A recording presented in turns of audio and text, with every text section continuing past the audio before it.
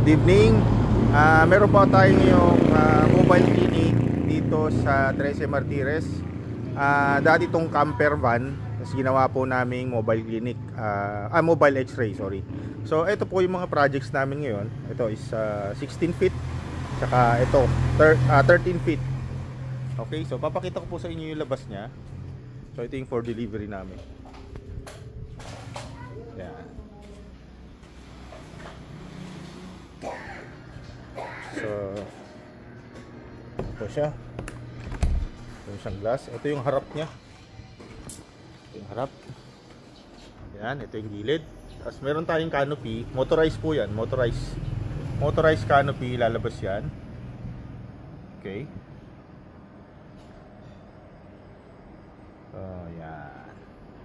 Ito ginawa namin ng medyo matagal kasi ang dami naming repair dito. Okay. So yan, nakabukas din yung canopy niya. Tapos meron tayong main door. Yung main door niya may glass siya para makita below. Tapos ito, dito yung workstation. Ito nagbubukas to. Ayan, merong compartment dyan. Ito rin, meron din compartment. Ayan. Tapos meron din tayo ditong compartment.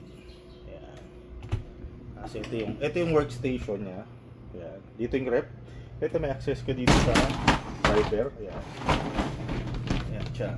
Ang cabinet ko dito. So, ito yung control, X-ray. Fuji po yan. So, yan yung kabuuan ng workstation. Tapos, ito yung X-ray machine niya. Fuji po yan.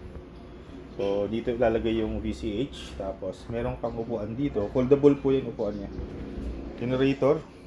Ayan. Ito yung yung flooring niya, strip light. Tapos, ayan yung ceiling design.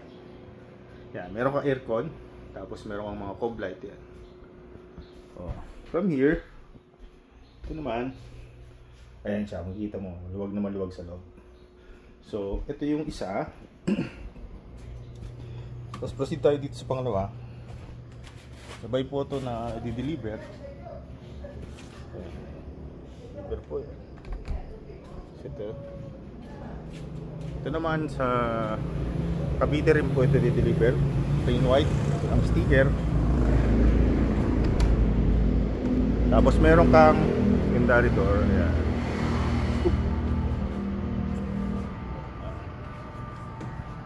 Meron tayo secondary door. Ito may drug testing. Ayan, drug testing nya. Ito x-ray room. Ito yung ceiling design. Okay, dito yung lalagay yung VCH. Tapos dito ilalagay yung x-ray. Ito sa kanila po yung x-ray. Kaya ganito lang po yung design na. Ayan. Ito meron tayong FDA approved urinal, waterless urinal sa drug testing po yan. Tapos meron tayo, pwede natin isa to or sa aircon. Yan. Ito yung Korean blinds nya, pwedeng itaas. Yan. Baba. Ito may upuan dito, may compartment din sa loob yan. Tapos dito yung ref. May ref ka dyan, may drawer o cabinet. Ayan. Sink. Hanging cabinet. Tapos yun, meron kang negative pressure. Tapos ito may TV ka rito. Examination room. Patungan ng ECG. Pwede rin sa ultrasound yan. Tapos ito yung main breaker mo. Ayan. Aircon. Tapos yan, hanging cabinet. Nakakoblight na po yan. Ito po yung ceiling nya. Ayan. Simple lang po siya. Ayan yung design ng ceiling nya. Okay?